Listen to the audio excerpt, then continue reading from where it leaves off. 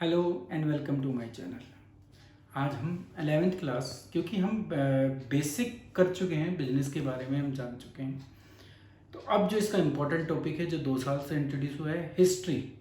तो history of trade and commerce किस तरीके से हमारे देश में, क्योंकि हमारा देश पुराने समय से ही ट्रेड और कॉमर्स में, मतलब कि व्यापार और वाणिज्य में अग्रणी देश रहा है। हम हमेशा से ट्रेडिंग और व्यापार कर रहे हैं, तो उस हिस्ट्री को ही आपके सामने रखने के लिए चैप्टर जो टॉपिक है ये 2 साल पहले इंट्रोड्यूस किया गया था।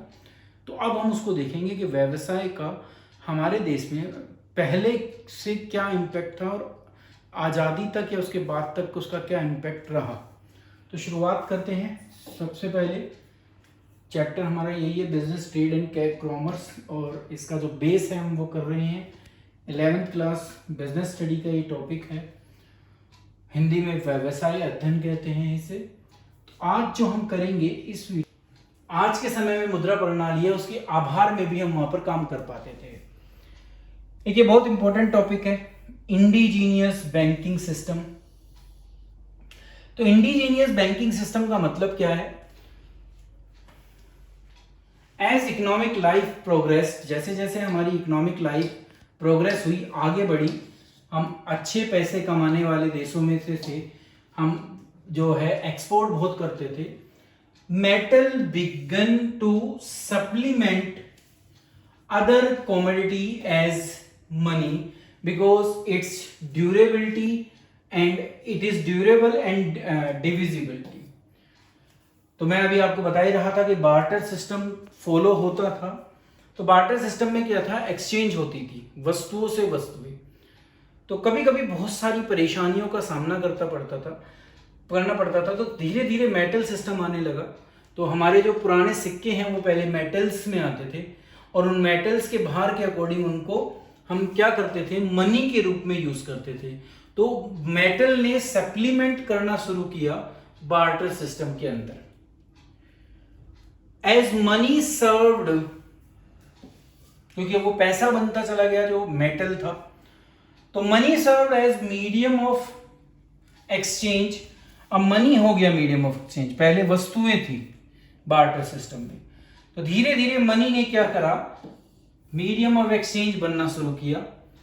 The introduction of metallic money, उस समय जो है मेटेलिक मनी जो है एक धातु के जो पैसे थे हमारे, विभिन्न धातुओं से बने हुए, जिनको हम सिक्के वगैरह कहते हैं, उसने बार्टर सिस्टम को रिप्लेस कर दिया। And it is use accelerated economic activity. तो जब पैसे की जो समस्या थी कि भाई एक्सचेंज करने में कभी कभी दिक्कत ये आती थी कि हमें उनका मूल्य निर्धारित करने में बड़ी समस्याएं आती थी, तो उस चीज को इस मेटल सिस्टम ने, मेटेलिक कॉइन सिस्टम ने रिप्लेस कर दिया। तो इसलिए इकोनॉमिक एक्टिविटी जो पहले से ही बहुत अच्छी थी वो और अच्छी होने लगी। तो धीरे धीरे हम और इकोनॉमिकली साउंड होने लगे, हमारी अर्थव्यवस्था और अच्छी होने लगी। तो आप ये नहीं सोचिए कि आज की जो हमारी अर्थव्यवस्था है वो बेस्ट है, हम इससे कहीं गुना अच्छे हमारे पास्ट में थे, जिसको बहुत बुरी तरह से नष्ट किया गया था। अब तो हम रिकवरी स्टेज पे हैं, दोबारा से ऊपर चलने की तरफ है। फिर आया डॉक्यूमेंट फॉर ट्रांजैक्शन, लेन देन के डॉक्यूमेंट क्या यूज किए जाते थे, जैसे आज के समय में होते हैं, तो ऐसे ही उस समय भी डॉक्यूमेंट थे। नाम थोड़े से चेंज हैं, बट काम वही था जो आज के समय में हो रहा है। तो उस समय के जो डॉक्यूमेंट प्रचलित थे वो हुंडी और चिट्ठी थे, उनको यूज किया जाता था। आज के समय में हम बिल ऑफ एक्सचेंज और प्रोमिसरी नोट करते हैं। तो हुंडी जो है वो बिल ऑफ एक्सचेंज का रूप ले चुकी है,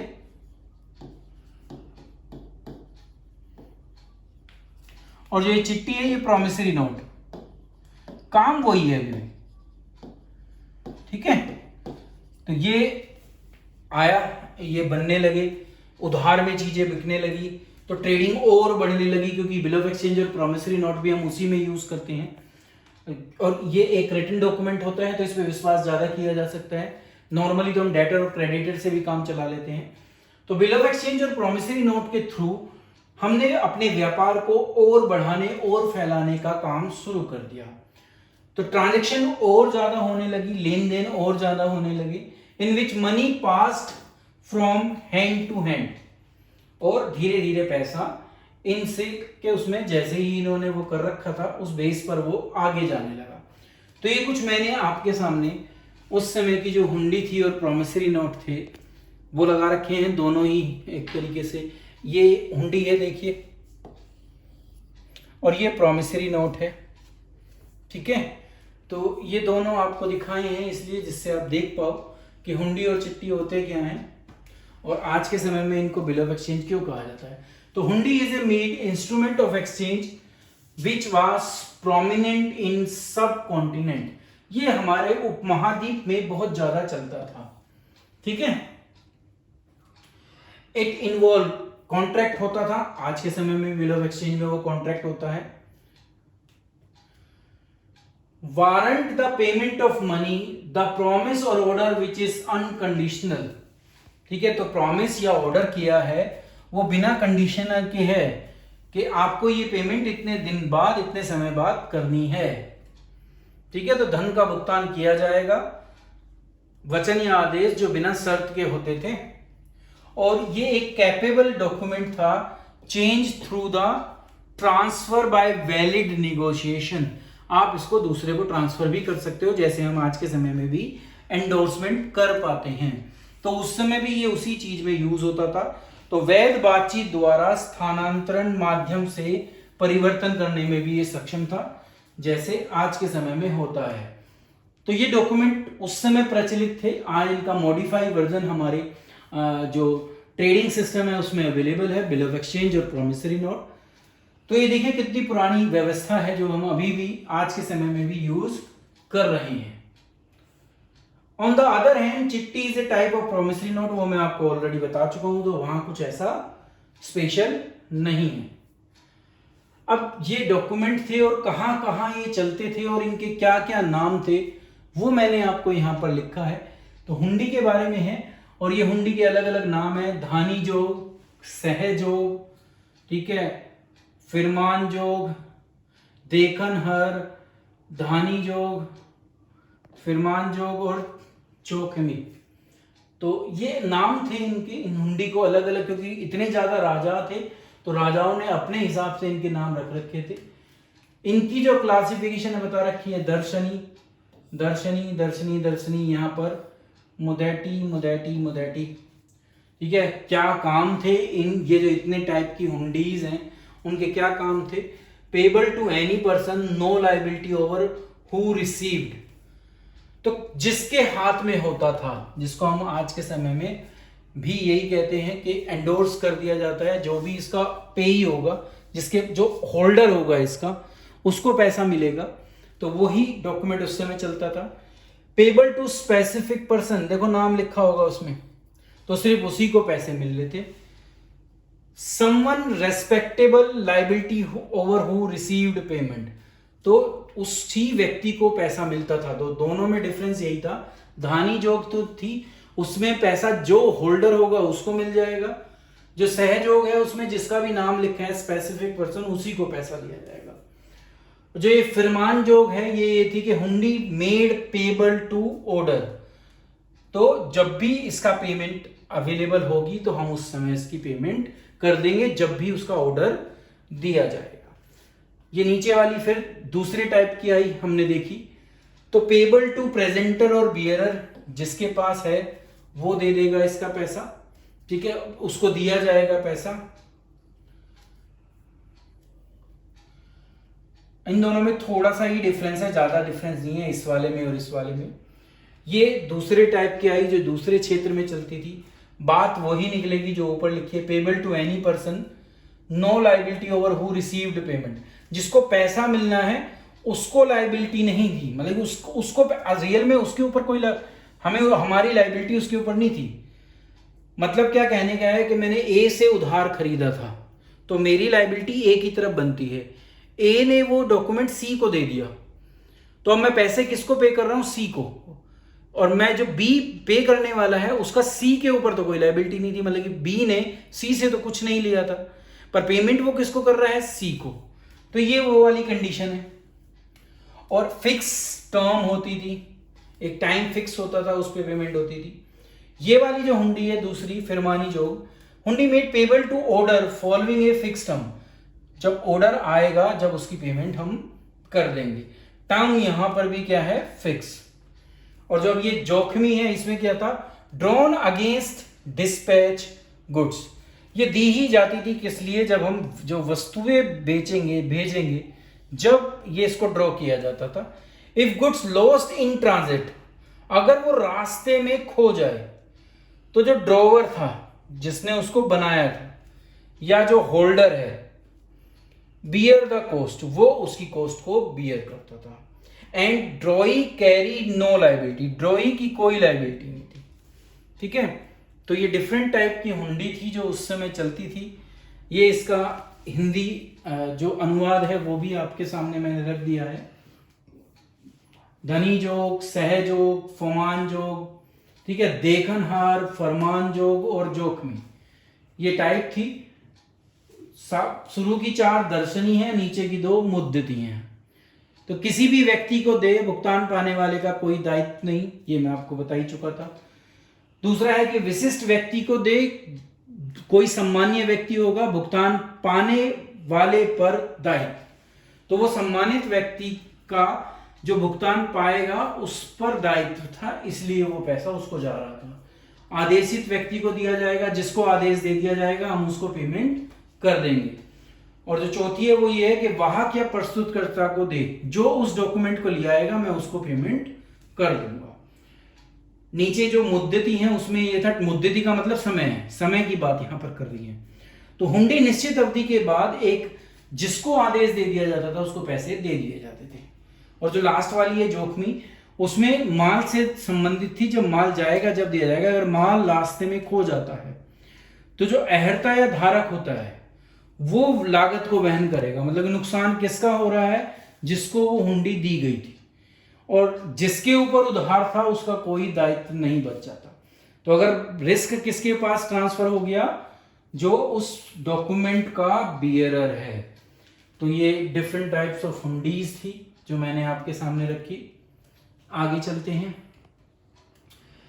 function of indigenous banking system, क्योंकि हम पढ़ कर रहे हैं स्वदेशी बैंकिंग प्रणाली, तो ये किस तरीके से कार्य करती थी वो आप यहां देखेंगे। तो स्वदेशी बैंकिंग प्रणाली में मुद्रा उधार देने और मुद्रा और ऋण पत्र के साथ घरेलू और विदेशी व्यापार के वित्त पोषणों में एक प्रमुख भूमिका निभाई। तो जो इंडिजीनियस बैंकिंग सिस्टम है उसने एक प्रोमिनेंट रोल प्ले किया इन लैंडिंग, लैंडिंग का मतलब उधार देना।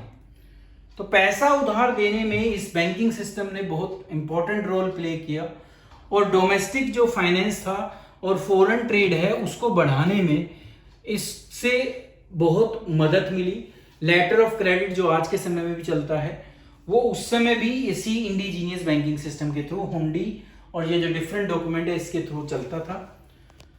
With the development of banking, धीरे धीरे हमारे यहाँ ये जो बैंकिंग प्रणाली जो आज फॉलो हो रही है वो डेवलप होने लगी। People began to deposit precious metal, तो जो लोगों ने घर पर अपने मेटल रख रखे थे अब वो क्या कर रहे थे, उसको डिपॉजिट करने लगे। विद लैंडिंग इंडिविजुअल फंक्शनिंग, देखिए उस समय बैंक तो थे नहीं कि वो प्रीसियस मेटल वो उनको दे, तो ज्यादातर वो किनको दिए जाते थे, जिनको हम मुनीम या सेठ कहते थे। तो सेठ के जहां जो एम्प्लॉय काम करता था उसको हम मुनीम कहते थे। तो हम उनके यहाँ उन प्रीसियस मेटल को रखकर और पैसा लेकर जाते थे, जो भी काम मुझे जिस काम के लिए पैसे की जरूरत थी। तो इंडिजीनियस बैंकिंग सिस्टम पुराने समय में जो बैंक थे वो सेठ के रूप में, या जितने भी साहूकार जिनको हम कहते हैं, उनके रूप में डेवलप था। अब क्योंकि हमारा देश पुराने समय से ही एग्रीकल्चर बेस्ड देश है और पशुपालन का जब भी चलन था, आज के समय में भी चलन है, तो ये पुराने समय से प्रचलित प्रथाएं हैं जो आज तक चल रही हैं। तो कृषि और पशुपालन प्राचीन लोगों का भी एक आर्थिक जीवन जीने में उनका एक महत्वपूर्ण घटक था, जैसे आज की डेट पर है।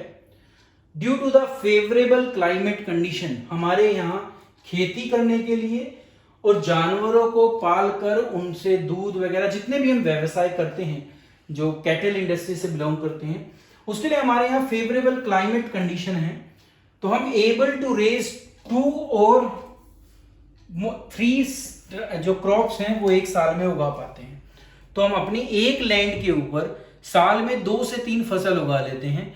तो हमारे यहाँ का क्लाइमेट हमें ये अलाउ करता है कि हम एक ही क्षेत्र से, एक ही भूमि के टुकड़े से विभिन्न प्रकार की फसलें एक साल में उगा सके। इसीलिए पुराने समय से कृषि हमारा मुख्य स्रोत रहा है, जो भी आय का सर्जन करने के साधन है। In addition to these, by resorting, weaving cotton, dyeing fabric, making clay pot, utensil, handicraft, sculpting, cottage industry, masonry,